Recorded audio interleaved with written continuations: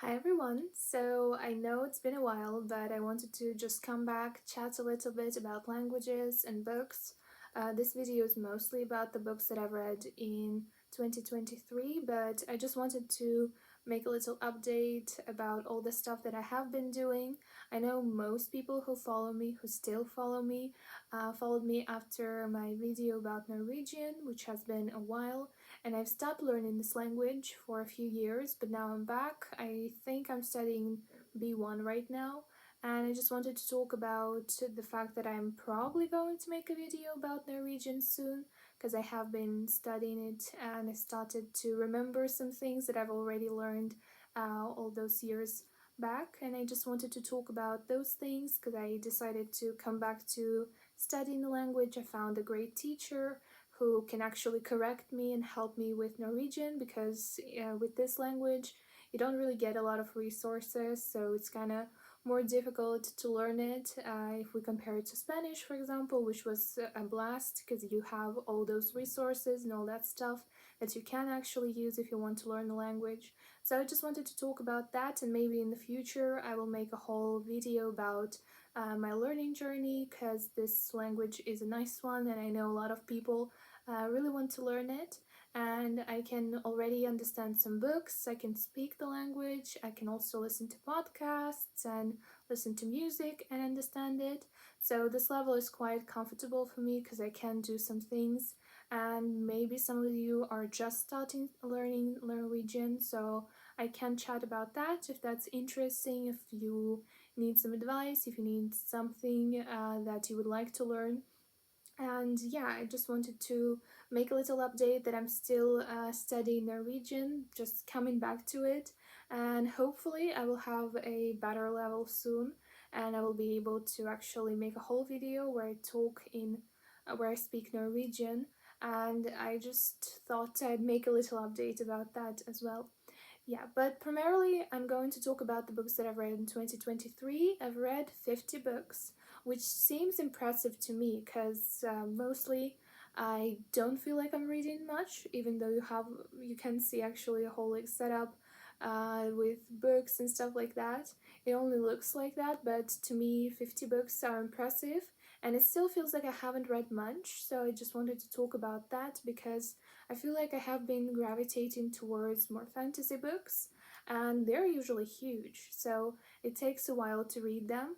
And I found out that while I was analyzing all the stuff that I've read last year, that I actually mostly read super tiny books and huge books, so it's kind of a mix of things. And it feels like I don't have too many favorites, which is upsetting because you start a book and you feel like it's going to be great, but then you finish it and like 2 months after you don't remember the plot. So it's kind of upsetting in this case. And I just wanted to share the books that I've enjoyed, and maybe you are thinking of reading some kind of book and you want some recommendations, then maybe you like the recommendations that I have, because I still remember those books even though I've read them like a year ago perhaps, and I really enjoyed them. So it was nice just remembering all the stuff that I've read last year and thinking about how I can improve my reading habits perhaps in the future, because I've noticed that I read a lot of books in January and maybe in May or like in summer, and then I also really try to read more in December because I try to hit my reading goal, which is always weird because sometimes I just read like comic, whatever you call them, like graphic books, and it's sometimes weird because I feel like I'm cheating because I'm reading these super short books, but also I really enjoy them, so I think that it's a win-win situation.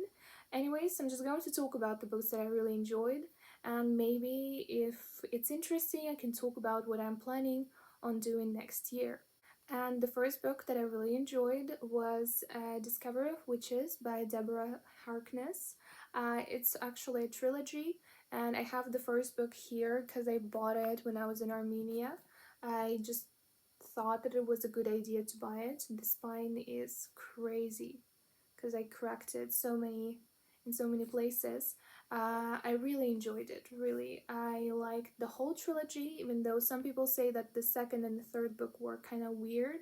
I liked it. I liked the main character. We follow what's her name? I forget the name of the main character. I'm a genius. Her name was something in the back of my brain. Yeah. We follow Diana Bishop, and she has been running away from magic for her whole life, but then she kind of thinks that maybe she uses magic in her life, even though she doesn't realize it, and she finds this book in the library. She opens it and she kind of feels this magic and this connection to the book. And then there's a vampire, and they kind of have a connection as well, and they have this whole situation starting, and it's kind of a romancy story as well, but I really enjoyed it. I really liked that it was connected to books as well, because I really like book themed books, and I liked the story, I liked the plot. Um, it was fast paced, I would say, because there were so many things happening at the same time, and I really enjoyed the whole story. So I do recommend this one if you're a fan of witches and vampires and magic and also books. Yeah. Okay, I ran out of space in the middle of the second fucking book. So, as I was saying before I got cut off, I read Cleopatra and Frankenstein by Coco Mellers. I'm sure it's a super popular book these days. You've probably heard of it.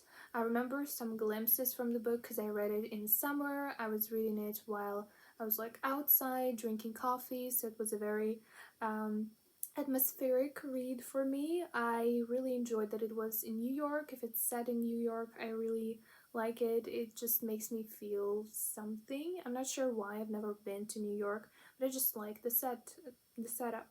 And the story basically follows a tumultuous marriage. I really liked the ideas. I liked how it was written. I liked the characters because they were complex and they were interesting. The plot was, well, it wasn't really intricate, but I really liked following their journey.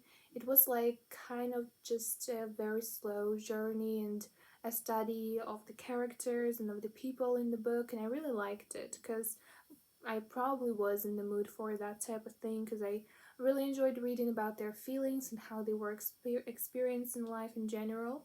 So I would say that it's a good read if you enjoy any of those things that I've just mentioned. I'm not going to tell much about the plot, honestly, because I don't remember, but also because nothing really happens in the book. There are some shocking things that do happen, but mostly it's just this kind of read where you study the characters and their ideas and the things that they're thinking about, and it's about life and different types of people. So I really enjoyed it. Yeah. The book that I read in the beginning of the year, so it was a whole year ago, and I really still think about it, is the book The Girl He Used to Know by Tracy Garvis Graves. And what I liked about this book was probably the ending. To be honest, the ending kind of shocked me so much that I thought that I will probably think about this book for a few more years, and it's true. We basically follow this kind of story of a girl who meets her ex, and they kind of stop talking again, and they have this kind of an encounter where they get the second chance to actually maybe fall in love with each other. And I'm not sure if they mention it in the blurb, so I'm not sure if I have to, if I can mention that. Yeah, I'm not going to mention this thing. Then what I can say is that there I'm not sure how much I can say about this book, to be honest, because in the blurb they just say she feels, well, the main character feels lost in social situations, saying the wrong thing or acting the wrong way. She just can't read people, and then there's this guy and she really likes being around him, and she hasn't seen him in 10 years, and she's thinking that maybe they will get the second chance. And that's what I'm going to tell you. That's probably all that I can say without like revealing the whole thing, because it's not like a shock. Well, it is shocking. The ending was shocking. I was crying my eyes out. I really liked it, and I really liked the representation, and I really liked the characters and the way the book was written, so it's very memorable to me. And again, I just remember this kind of sensation that I had.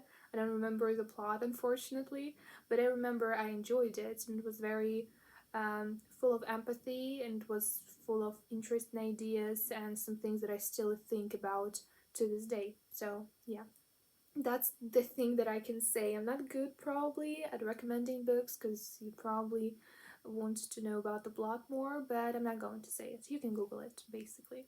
The next book that I've read was nonfiction, and it's called Influence: The Psychology of Persuasion by Robert Cialdini. I'm not sure how it's pronounced, so I just read it like that. But it's basically nonfiction. It's about influence. It's about how people get persuaded to do something. It's about how media works a little bit. It's about how ads work as well. And I really liked it because some of the things I knew before, but it also is nice to just remember the stuff that you have heard somewhere, and you just kind of have this research to prove that you were right, and I really enjoy it. And it was just nice to remember all the ways that we can be manipulated, and how ads work, and how people's minds work, and the reciprocation and all that stuff. So it was a nice read. I listened to it as an audiobook, and it was really enjoyable. It wasn't difficult to understand at all because they give a lot of examples and they're quite vivid. So yeah, I really liked it. It's just like a super short intro into persuasion and influence in general, and I'm hoping to read a bit more about this stuff as well. The last book, it's probably one of the last books that I've read last year. It's called A Lullaby for Witches by Hester Fox. And what I liked about this book wasn't that it was about witches, which I do like, I'll admit, but it was also about two witches. So one of them is from the past, and she kind of haunts this house, this museum. This house turned into a museum. She haunts this house, and the girl starts working there. The story is set in the modern world, but this girl comes to this house, museum now, and she kind of feels this connection to the woman that used to live there before, all those centuries before, and she's a witch, of course. And she feels like she has to learn a bit more about this girl because there aren't many records, and she feels like she has to know a little bit more. And then things go crazy. I really listened to this book in like one day because as soon as things started to pick up, I had to know what was going to happen. Because mostly in books about witches, what happens is that the story is nice and happy. People get some powers, they become witches perhaps, or something good basically happens. In this book, I wouldn't say that it's good because the whole story just took a very unexpected turn, and I really liked how it worked out. I'm not going to say what happened basically, of course, but she finds out a bit more about this woman, and the things that she finds out kind of lead her to becoming closer to the witch from the past, and this is what the witch wants. And I'm not going to say why she wants it or what she does with this kind of power, but the ending was fucking intriguing, and I really enjoyed reading about that. It was like a breath of fresh air for me because I'm just not used to this kind of plot, and I really liked it and liked reading about that. So those are the books that I really enjoyed. I hope that I managed to explain them somehow and managed to explain what happens there, because mostly I just say that I felt like it was a great book, but maybe that's what people need to hear. I don't know. Um, you can notice that I only chose 5 books, and honestly, it was kind of difficult to choose the books to recommend because what I read is kind of weird. I have been analyzing what I read, and those books are just kind of so weird that I can't really recommend them to anyone without feeling like I'm crazy.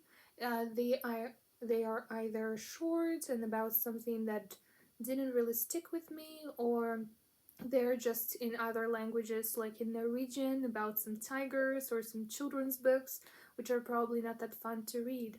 So I do kind of think that I need to change my reading habits this year, because I feel like I could read some bigger books that would leave just a bigger impression on me. And I started reading Ulysses just I think I started reading it like not even last year, but 2 years ago, perhaps.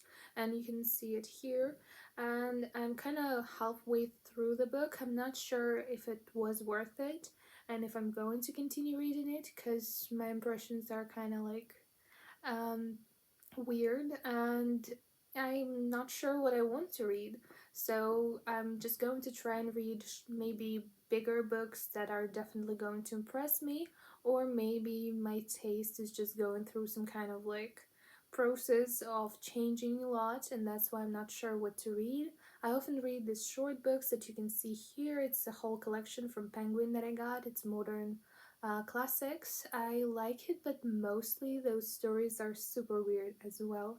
So I can't really recommend them because they're kind of like super niche or super weird. I was reading this book on the subway and they just talked about porn straight up, just some weird things. And after I read the book, I was like, yeah, I kind of get it, but I also don't. So I can't recommend that stuff because it's probably not for everyone. And that's why perhaps I should think of the genres that I enjoy and the stuff that I like reading. And if you have ever felt like what you're reading is super weird and you would like to maybe change something and read something else, please tell me what you did because I am not sure whether I'm going in the right direction, whether I'm actually reading the stuff that I like, because I don't remember most of the books that I've read last year, and I've read 50, and they were either short or strange or weird, and I can't recommend them as well. And I don't remember the plot, and I don't remember how I felt while I was reading them, so I'm not sure if that was what I was hoping to do with my plans to read like 50 books. So, yeah. Anyways, I'll think about that. If you have any advice, please share because I'm desperate, basically. But thank you very much for watching this huge video. I'm not sure how I have been talking for so many minutes, but thank you very much. If you have any recommendations of books that you also enjoyed, I would be happy to hear from you and to see whether there's something that would interest me because I'm looking for memorable books, not the stuff that you can't recommend to anyone because it's too niche or too strange. I hope that you have a great year. I'll hopefully return sooner than the next year, and I hope that you have a great day. Bye.